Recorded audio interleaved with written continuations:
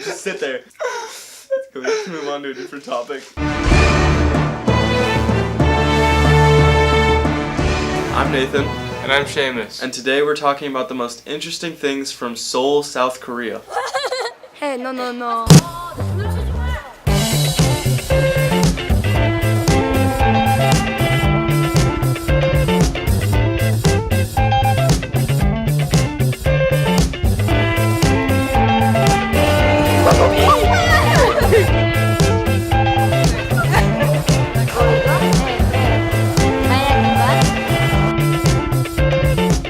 Number 1, making kimchi.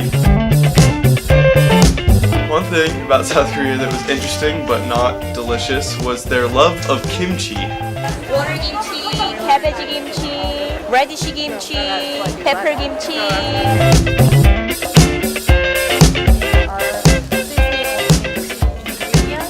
Many people like kimchi. This is a red pepper powder. This is a sticky rice starch. This is a plum juice. It's pickled cabbage and it's not for everyone. Minced garlic and ginger and fermented shrimp and anchovy sauce. We took a cooking class in South Korea and Yes. made kimchi.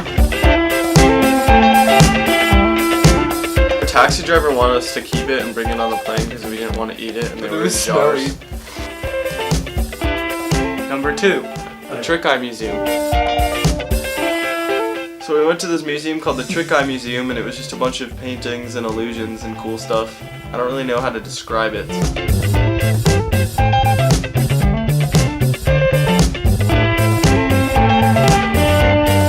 The only way to describe the Trick Eye Museum, like you can't really describe it. You just need to look at it on camera. So watch this.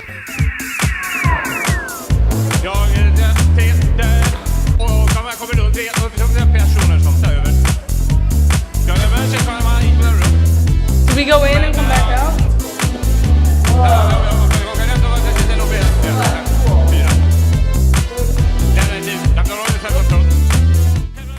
Number 3, hologram concert. South Korea is very futuristic.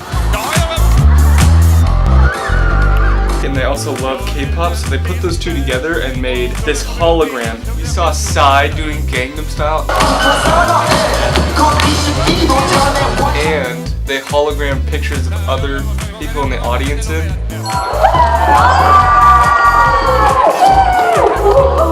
The audience was going crazy, like they seemed like Shea was actually there.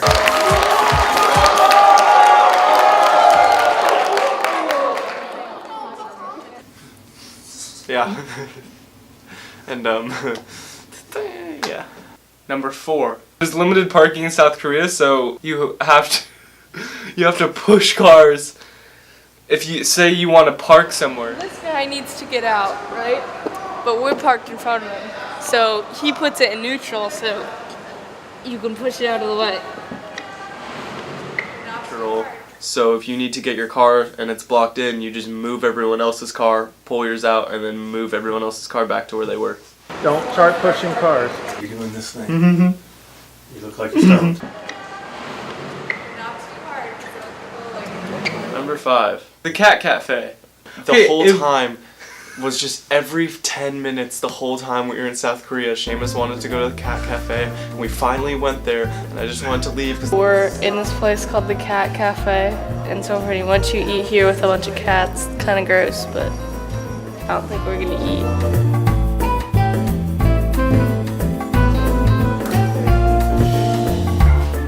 The whole place smelled like cats. Number 6. In the Trick Eye Museum, In the Trick Eye Museum, there was a separate part called the Ice Museum, and it was all made out of ice in one room. And there was a giant slide made out of ice, and there was like a bedroom. In Seoul, there's so many museums, it's crazy. The Trick Eye Museum was part of like a 4-story museum complex that was underground. And in there, took an elevator down, it was like a giant museum underground. One of them we weren't allowed in because we weren't old enough. For the love music. No. Number 7, nightlife.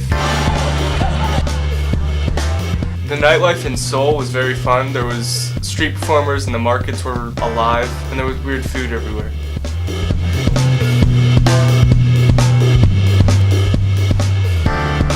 And yes, everything does look yummy.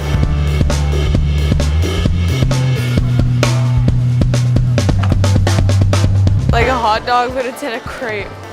And one of them's like a foot long. Seaweed, seaweed, seaweed.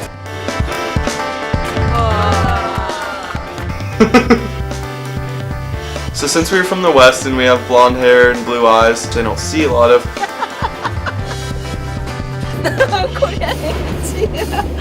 we were treated like celebrities when we were walking around. Everyone wanted to take pictures with us.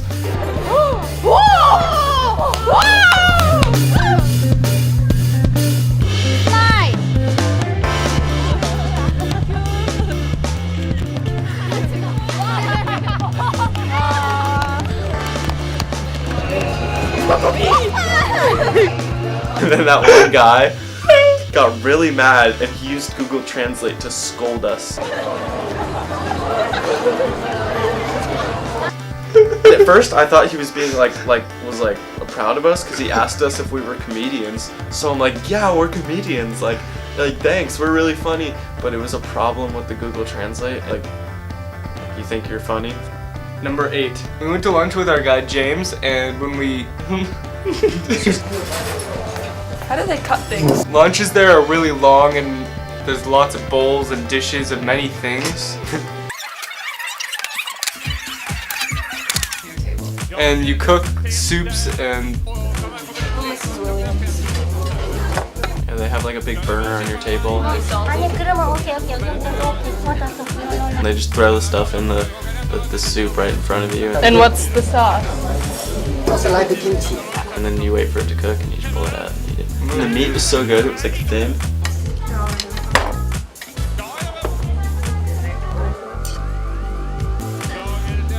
Yeah. Oh my gosh, it's totally cooked already. It looks like beef. Look at it. It's beef. Look, but it looks like cooked beef. Octopus pizza. Stop. We also had lunch with the Minister of Tourism of South Korea, and it was very fancy. Next, we are getting a plate of tender, juicy pork belly served with red chili marinated in cabbage. It was private, and you would ring a bell and the waitress would come. So you would ring the bell like that. I should do. And it would ring in there in the kitchen, and then they come. It was like a 7-course meal too. Sometimes 30, 40, according to the promise, 50 kind of the side dish. Alright, what was that one? It's like lots of Rice ball soup? These are rice balls. Number 9. So on a more serious note, we visited the DMZ, which is the demilitarized zone.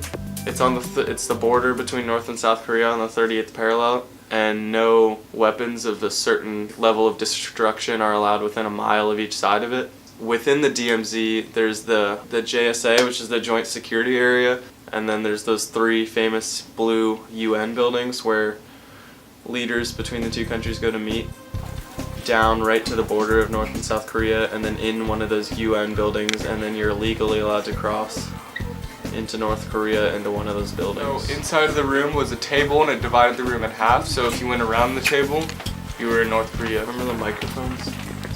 There was microphones that are recording that in everything in that room 24/7 also. The soldiers on the South Korean side would call this one guy on the North Korean side Bob, and he would keep disappearing and coming back, and it was like a new guy every 10 minutes for some reason. Notice that the 3rd story of the Panmunjom stands taller than the rest of the buildings except the Freedom House. That's because in 1994, the North Koreans wanted the Panmunjom to stand taller than the original Freedom House, which once stood behind you. But in that attempt, they failed. It's just the same height. They can't beat us. So I was filming and I accidentally stepped in between a North Korean and a South Korean guy's sight, and the army soldier pulled me away and he was like freaking out. That's because you stepped Yeah. off the cement. No, I was blocking the sight of a North Korean guy and a South Korean guy, so he like pushed me. If you're able to look in the front of Panmunjom, you'll be able to see a North Korean soldier. They call him Bob. Oh, That's Bob. He might be Frank, he might be John, he might be John Doe, he might be Rambo, I don't know, but that's him. That is the guy we are talking about. That one dude took a picture of something he wasn't supposed to. If you want to keep taking pictures, you may do so. But like I said, do not take pictures of the JDO building to your right. Do not take pictures of my amusement park. And he got chased after, and the guards came on his bus and took his phone. Came on our bus. The ones that are not standing behind the building, they are basically the ones who conduct the whole entire operation. They're basically here for our protection. The ones that are standing in front of the buildings, half exposed, they're using that stance to present less of a target in case Bob and his friends or family want to come and try to attack. The North Koreans want to look prosperous in front of all the mainly American tourists that come to visit the DMZ and the JSA. So they actually built a fake city right on the other side of the border. It was freaky being on the border. The guy told us that there's shootouts a couple times a year. There's also a very interesting war museum where you can learn a lot of history. And number 10, a bridge called Lock Bridge, and everyone would buy your locks or bring your own, and you could write stuff on it and then lock it on there, and then you would throw your key in the river. Thanks for watching, everyone, and make sure to like, subscribe, and turn your notifications on our videos. Bye. I got this. A lot of street performers out. Can I say something? Yes, like Shane. for once? Like, you know how like cool it is for us, and it's like a whole spectrum, but like for them it's like base of Seoul Tower, there's a bridge called Lock Bridge, and everyone would write, you would buy your locks. Sorry, I'm